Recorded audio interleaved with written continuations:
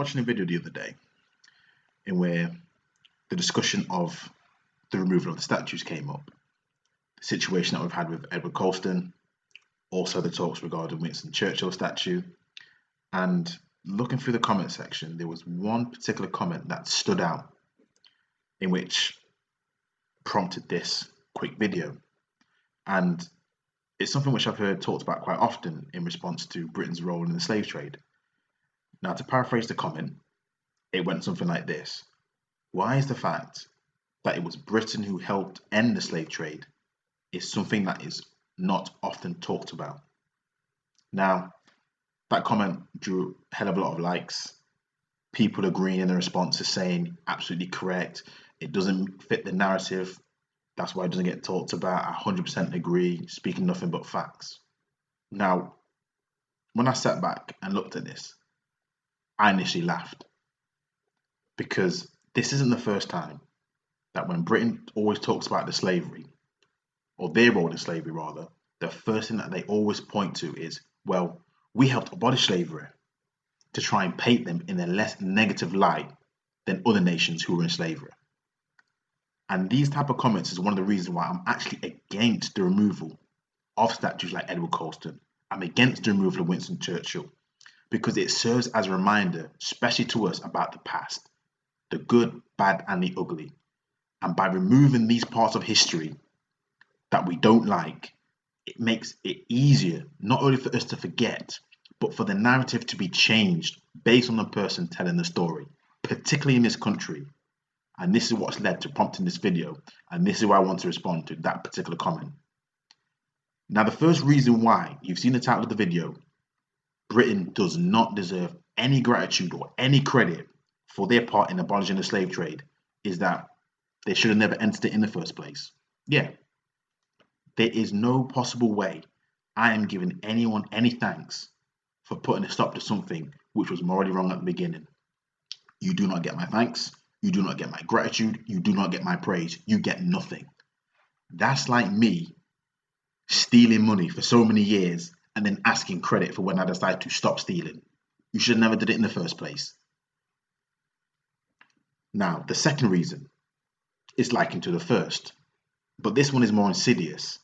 And this is why it proves how slippery Britain has become at changing the narrative of their role in the slave trade. Now, if anyone knows the timelines of slavery, you would understand this, and the image should be up on screen right now. Britain were not the first players even into the market. It was the Portuguese that were the front runners when it came to slavery. Britain was sitting back in the cut. They were watching, and they saw the riches that Portugal, because again, if you know the history of their transatlantic slave trade, the Portuguese came in, took slaves to the New World and to Brazil. That's how it was formed, Brazil. And due to their exports, Portugal's economy was rising. And Britain were like, holy shit. Portugal's economy is rising with these new exports and the trade and everything that's been going on. And we're sitting on the outside. We need to get a piece of this.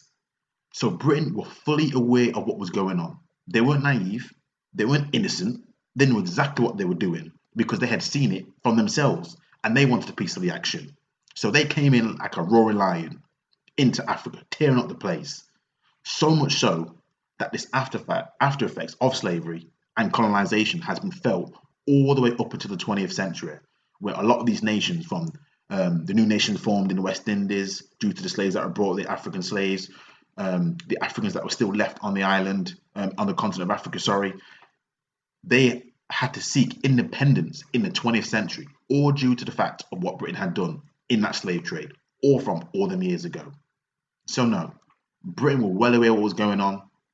It was driven solely by the financial benefits that they saw other nations were bringing, and it was a complete power play into Africa as to the reason why they went into that place, because they thought, hell, if they're getting a piece, I need my piece. So no, you ain't getting no credit for ending no slavery. This is why it is so important when you hear this type of rhetoric that you have to push back on that narrative. You have to push back on it. There is no way near you can give a nation any credit for abolishing an act which was inhumane and morally deficient to begin with.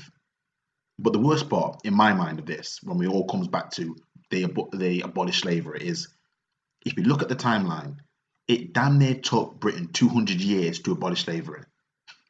Should we give you a medal for doing something like that? How many years do you think, as a human being, it would take for you to understand that trading human lives as cattle is wrong? How many generations is 200 years? What, 6, 7, 8, depending on how harsh the conditions were, depending on the life expectancy of the slaves, depending on, obviously, the working environment, the conditions. And we've not even talked about the people who died on the passage, the people that they killed because they wanted to have uproars and the uprising of the slaves. We've not even talked about that. We're just talking about slavery in itself, the day-to-day arduous task of slavery. How many years do you think it takes for any nation, any person, to come to the conclusion that, hold on a second, this is wrong. This is wrong now, people. We should stop this and we should let these people go. Almost 200 years. No chance. And also, one last point as well, which I have to bring up.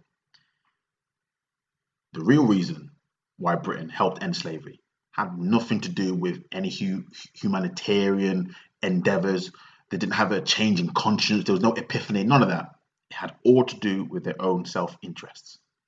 You see, following the American independence from Britain, the trade of sugar, which was heavily used in that region, was being usurped by the emerging cotton industries. Therefore, it became much more expensive to keep up these slave trades and the sugar exports up based on the return of investment. So what Britain decided to do was reset the playing field so it wouldn't be left far behind, because again, cotton was on the rise, so they had more cotton industries, and slavery was a very, very expensive job. It was rewarding, but it was still very expensive nonetheless. So this had nothing to do with humanity. This had nothing to do with regard to human life. It's just another clever spin used to paint another nation in a better light. So no, Britain, you do not deserve any credit for ending the slave trade. You do not deserve any thanks, and you do not deserve any sort of medal for ending it. It should have been ended the moment you went in there. That's just how it is. Thanks for listening. Until next time.